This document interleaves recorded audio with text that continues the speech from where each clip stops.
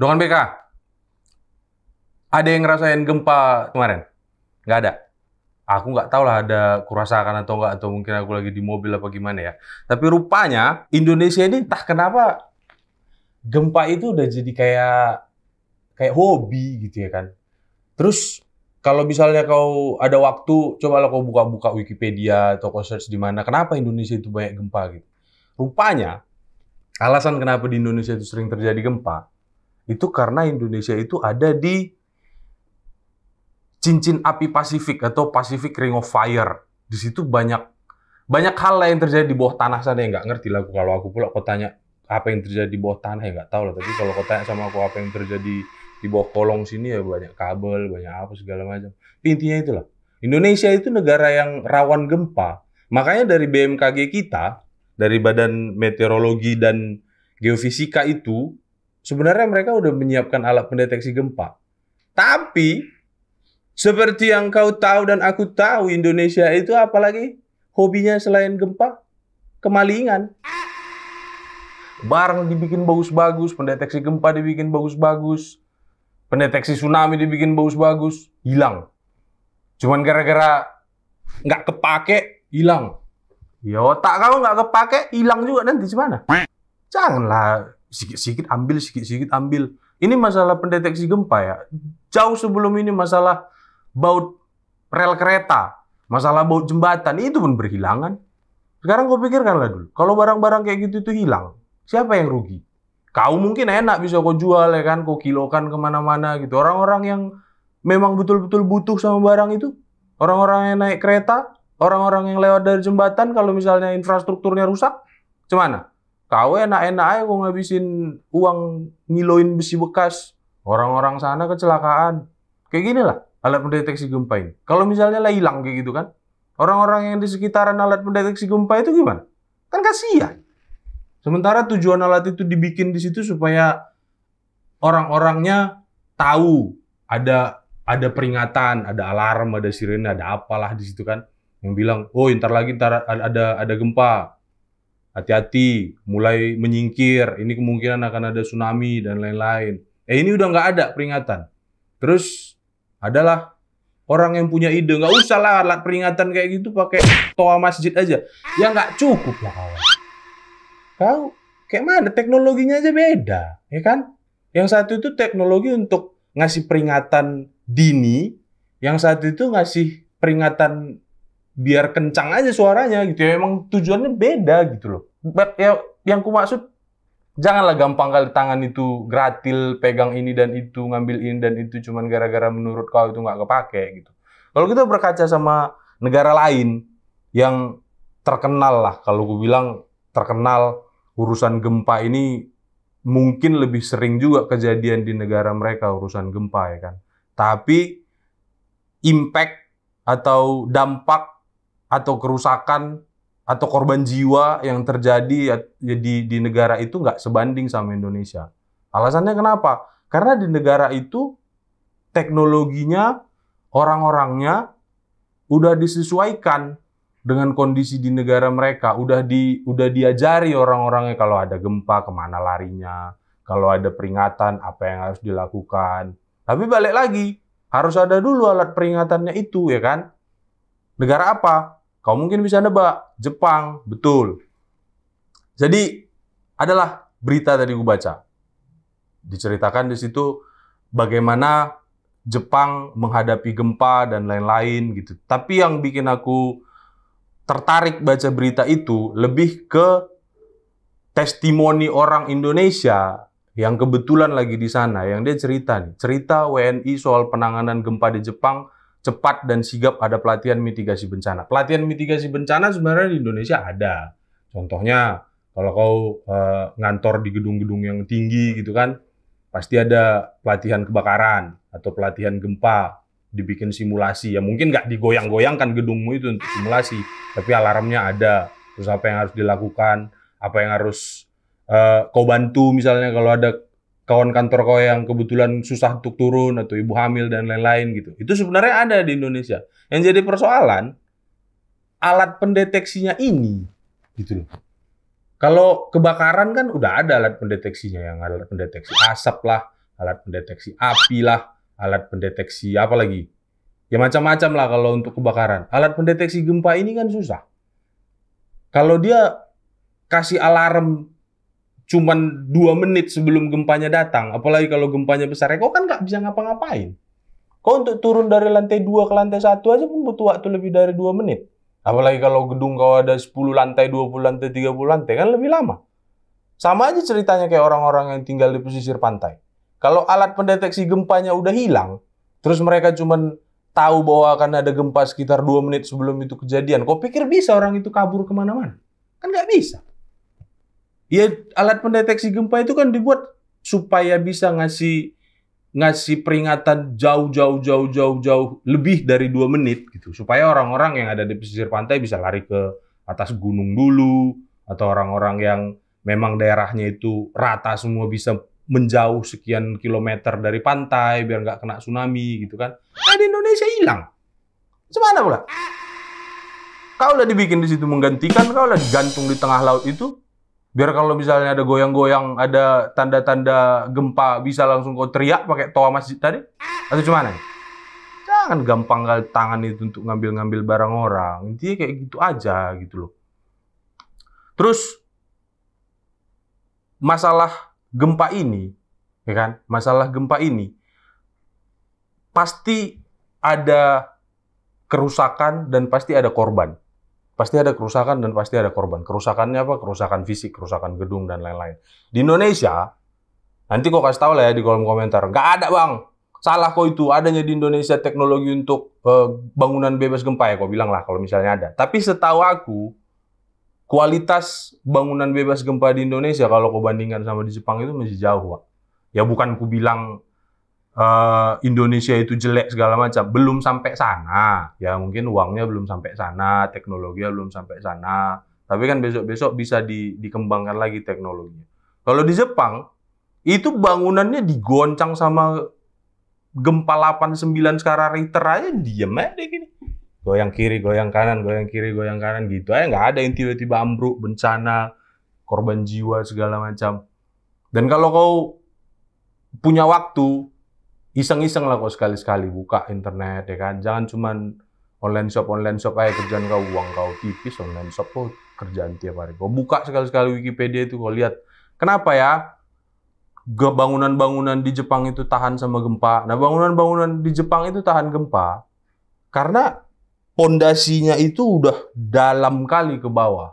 Dan struktur bangunannya itu apa namanya, sudut-sudutnya itu bukan sudut mah sudut Batak Keren ya kan, yang ada merchandise ini balik lagi kau melantur aja.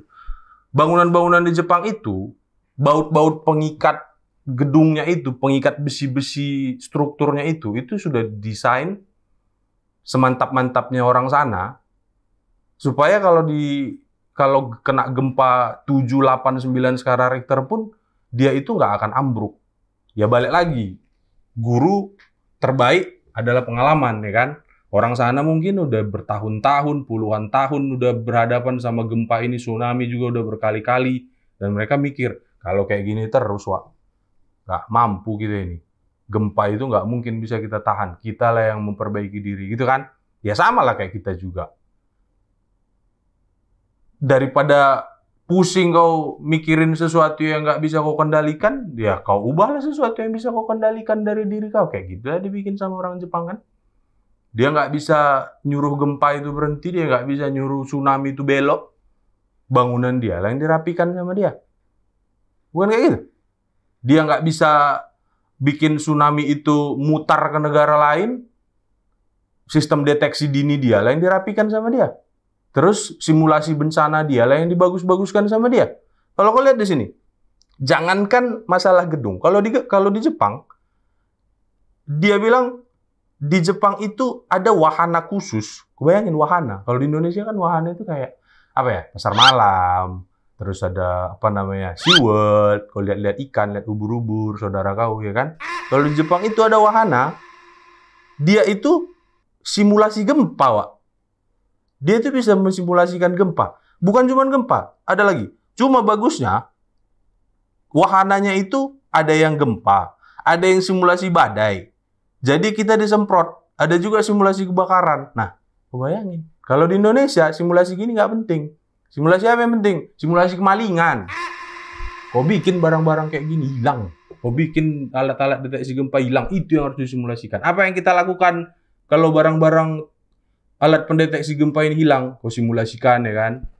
Siapa yang kau kejar? Siapa yang kau suruh untuk menggantikan fungsi dari alat-alat pendeteksi gempa itu? Karena balik lagi, Wak, masalah terbesar di Indonesia itu, kita itu ngerasa barang itu nggak dibutuhkan orang, kalau nggak dibutuhkan ambil gitu. Ya, nggak aku bilang kita semua punya masalah seperti itu, tapi itulah masalah terbesar kita sekarang. Selain dari ketidakjujuran orang-orang, gampang kali tangan kau itu untuk ngambil sesuatu yang bukan barang kau. Bukan cuma barang fisik, barang-barang lain juga. Uang haram pun kau telan aja bisa-bisan, kau bawa ke rumah sakit perut anak istri kau. Yang kayak gitu-gitu kan, tolonglah. Apalagi dengan BK, kalau kau misalnya ada di daerah-daerah seputaran situ, kebetulan bapak kau pebisnis besi tua, ya kan? Atau opung kau pebisnis apa? Pebisnis konstruksi bangunan.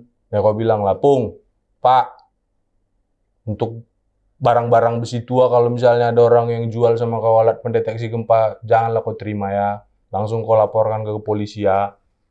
Biar dibereskan orang-orang yang suka maling itu ya. Atau kau opung kau tukang konstruksi bangunan, kau bilang, Pung, coba lalu kau pelajari nih teknologi-teknologi anti gempa ini, Pung. Jadi bisa nanti kau masukkan proposal ke pemerintah atau kau masukkan proposal ke perusahaan-perusahaan mana bikin gedung itu pakai standar anti gempa, kayak gitu-gitu. Sedikit banyak pasti adanya fungsinya itu, walaupun ya mungkin masih kalah dibandingkan sama orang-orang yang tidak peduli.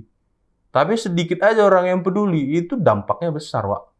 Kalau kau tahu efek kupu-kupu, bukan kuliah pulang. Kalau kau tahu efek kupu-kupu, butterfly effect katanya kan.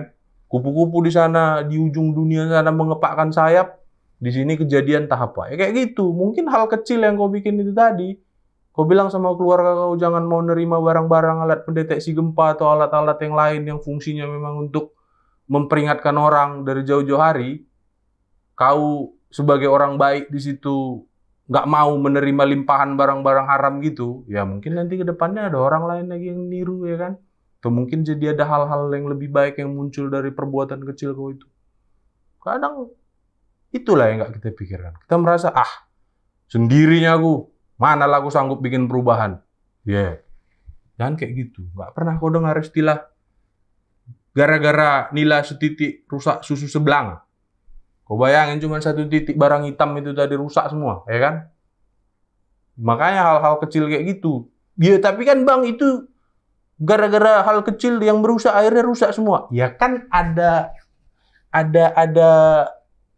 analogi lain. Nggak pernah kau lihat mainan-mainan anak kecil, eksperimen anak kecil, ditaruhnya lada, merica di dalam piring kayak gitu, terus diteteskannya satu tetes sabun, pak, nyebar semua ladanya itu menghilang gitu. Nah kayak gitu. Itu kan simulasi-simulasi yang menunjukkan satu perbuatan kecil itu impact-nya besar. Ya mulai dari kau lah dengan BK. Jangan cuma nonton aja kau bisa, ya kan. Kau praktekkan. Dalam hati kau ada tergerak gitu. Setelah nonton video ini, biar ada dulu fungsi video ini, Wak. Udah mutar-mutar kemana-mana, dimarahi aku sekalian sama editor. Berapa banyak gempa di tahun ini? Di tahun ini aja, itu ada 10 gempa yang di atas 5 skala Richter. Yang di atas 5 skala Richter ya, bukan yang belum lagi dimasukkan di sini yang goyang-goyang kecil, yang gempa gitu, habis itu diam kayak yang sering kejadian itu. Yang di atas 5 aja ada 10. Yang di bawah 5 nggak tahu karena data di sini belum masuk. Nanti aku bilang lah sama tulangku yang di BMKG ini, kau masukkanlah dulu situ tulang biar bisa kami lihat dulu yang di bawah 5 gitu. Ya, mungkin mereka masukkan di sini yang di atas 5 karena itu impact-nya lebih berat, ya kan. Tapi tetap aja gempa-gempa kecil itu kan bikin panik. Traumanya cemana? Hal-hal kayak gitu kan kalau nggak dibantu sama pemerintah atau nggak dibantu sama teknologi itu agak-agak berat lah. Orang Indonesia itu pengalaman-pengalaman traumatisnya udah banyak kali urusan gempa ini. Bahkan kalau kau ngelihat pengalaman-pengalaman gempa Indonesia dari belasan puluhan tahun ke belakang, yang lebih besar dari sini pun udah pernah kejadian. Yang 8, yang 9 pun udah pernah kejadian. Itu makanya BMKG kita mikir, kita bikinlah alat peringatan gempa. Kita bikinlah bagus-bagus. Supaya nanti orang-orang sebelum digoyang tanah itu, udah tahu harus ngapain. Ya walaupun mereka jauh dari pusat gempa dan nggak bakalan ada kejadian apa-apa sama dia, tapi paling nggak udah siap nih badan nih. Udah siap dia digoyang nih kan. Dan pas tiba-tiba lagi enak-enak lagi ngobrol kayak gini, tiba-tiba goyang. Gak berat, kok rasa Wak? Jantung itu entah kemana-mana udah larinya. Itu fungsi alat pendeteksi gempa sebenarnya kawan. Ya mungkin kau nggak akan dengar suara trompet malaikat dari alat pendeteksi gempa itu, tapi paling nggak kan kau bisa tahu bahwa sekian belas menit ke depan akan ada gempa. Waspada, siap-siap. Kalau ada barang-barang kau yang mudah goyang, kayak finansial kau ya kan, kau rapikan dulu bagus-bagus. Kalau barangnya udah pakem semua, finansial kau udah kuat, tak mempan lagi digoyang, silahkan masukkan iklan ke sini, ya kan? Finansial kau kuat, kok nggak mau masukkan iklan, cumananya kau? Kau mau barang kau dibeli sama ribuan jutaan orang, masukkan iklan sini. Kalau kau nggak cukup uangku bang, nggak mampu lah aku bikin iklan bang, nggak cukup uangku. Ini ada merchandise kawan, santai kan? Nih tumbler, kapan lagi kau punya tumbler kayak gini? Tahu aku tumbler kau banyak. Jangan langsung merepet muncung kau itu. Banyak aja tumbler gue bang. Tahu aku tumbler kau banyak. Ada tumbler kau kayak gini belum? Belum kan? Kau beli lagi lah. Koleksi. Kalau nggak cangkir. Kalau cangkir kan bang di rumah aku banyak cangkir-cangkir Duralek itu. Ada cangkir kau hitam kayak gini? Ada kan? Kau beli lah.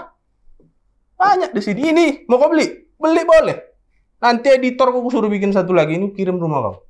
Kirim alamat kau. Kirimin sama aku. Siapa tahu mau kau bikin jadi backdrop untuk Instagram ya kan? Mana kita tahu, anak zaman sekarang kan unik-unik kebiasaannya. Aku aja kadang nggak siap aku menghadapi keunikan anak zaman sekarang. Ya itu dulu lah. Udah berputar-putar dari tadi. Intinya yang ku bilang sama kau, dongan BK dan dongannya dongan BK, kalau ada teknologi dipakai bagus-bagus, ya kan? Tangan kau itu diciptakan Tuhan bukan untuk ngambil barang-barang yang bukan punya kau. Kau bikin kalau memang bisa kau bikin, kalau memang mau kau, kalau nggak kau beli, kalau nggak bisa kau bikin. Jangan kau ambil. Semua yang alat-alat diciptakan sama negara ini ada fungsinya. Jadi kau bagus-bagus kau pergunakan, jangan kau ambil-ambil kayak gitu aja. Ya udahlah, kalau kayak gitu sebelum aku bubar, kau ingat pesanku setiap hari. Kau like, subscribe video ini. Kau kasih tahu sama keluarga kau ya kan?